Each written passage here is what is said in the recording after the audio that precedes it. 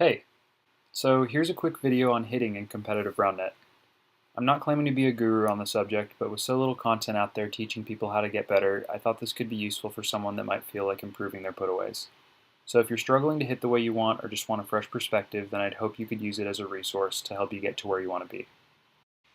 For my initial explanation of some of the points, I'll use myself as a subject, at least partially because I don't want to project too much on other players what I think they're doing, but also to show that I'm a reliable source who can in fact hit the ball. But I'll expand on other players as things progress. A few pro players, namely Preston Buys, have described hitting as a little too easy with the current rule set. So if some of these things seem overly simple, don't be too surprised. So in my mind, there are 5 parts to putting together a good hit. Some of these steps can be omitted and still make for a strong hit simply because defense is hard, but if you want your hits to be as tough to defend as possible, then all these things should be optimized.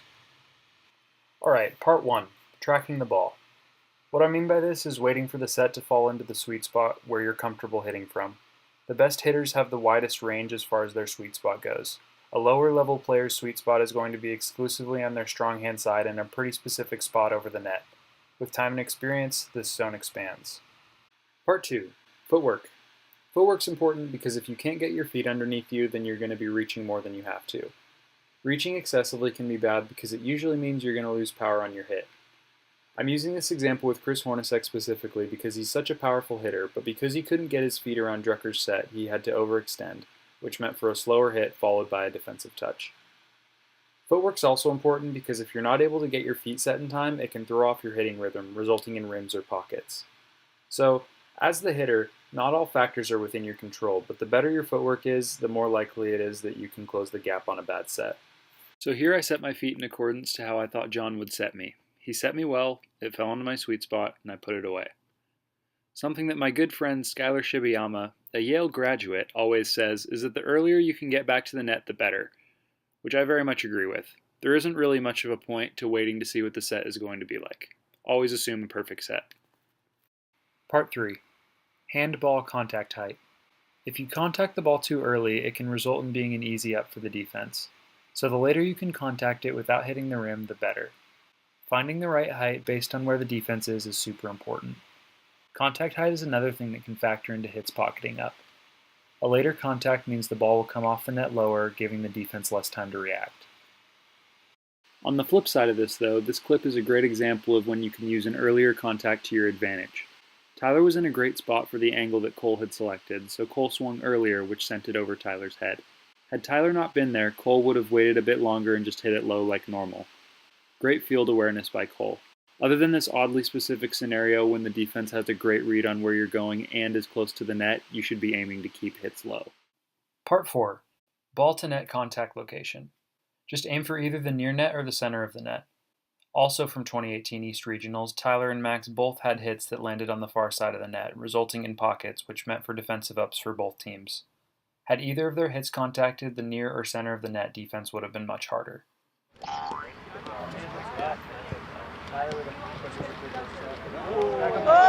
yeah! Go back! This is a good example.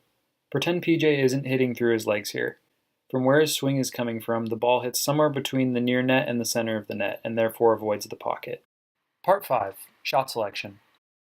Having the in-game sense of knowing where the defense is in the quick moment between the set and your swing is huge. Developing your shot selection is partially just a matter of reps, but is also very much up to you to cultivate. So instead of just vaguely saying, you gotta hit the ball where the defense isn't, because A, that's obvious, and B, not helpful, I want to give a brief overview of the most common shots seen at the top level. All these shots can be done forehand or backhand, but the examples will all be forehand for simplicity's sake. And yeah, in a 360-degree game, there are almost an infinite number of angles you can hit, but in my mind, there are 3 main shots people often hit with a set to their strong hand. These are standard, pull, and push shots. The trajectory of a standard angled shot is pretty much parallel to your stance.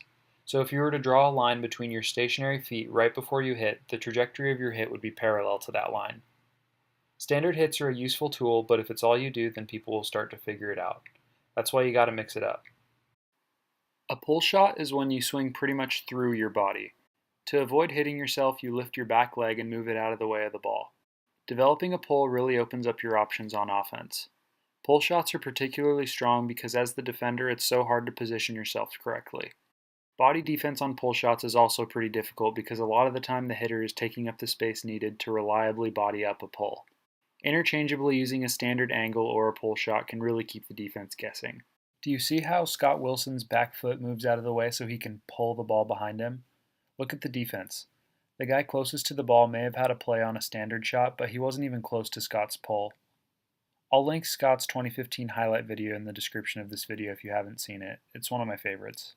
The third and final shot is the push. Adding a push shot to your arsenal makes things so much harder for the defense. If a standard hit comes off parallel to your hitting stance, then a push shot comes off perpendicular, or as close to perpendicular as possible. And you can shuffle your feet around so you hit a standard shot that becomes a push angle, so maybe that would be considered a hybrid of the two. Developing your standard, pull, and push angles is next level. But that's it for shot selection, which concludes the 5 parts of hitting. To run through things once more for good measure, the 5 parts were track the ball, set your feet, contact the ball as late as possible, aim for the near net or middle of the net, be aware of your surroundings. If you have any questions for me, don't hesitate to shoot me a message. This was very general, and I know that hitting can be a lot more complicated than this. I hope this was helpful. Good luck!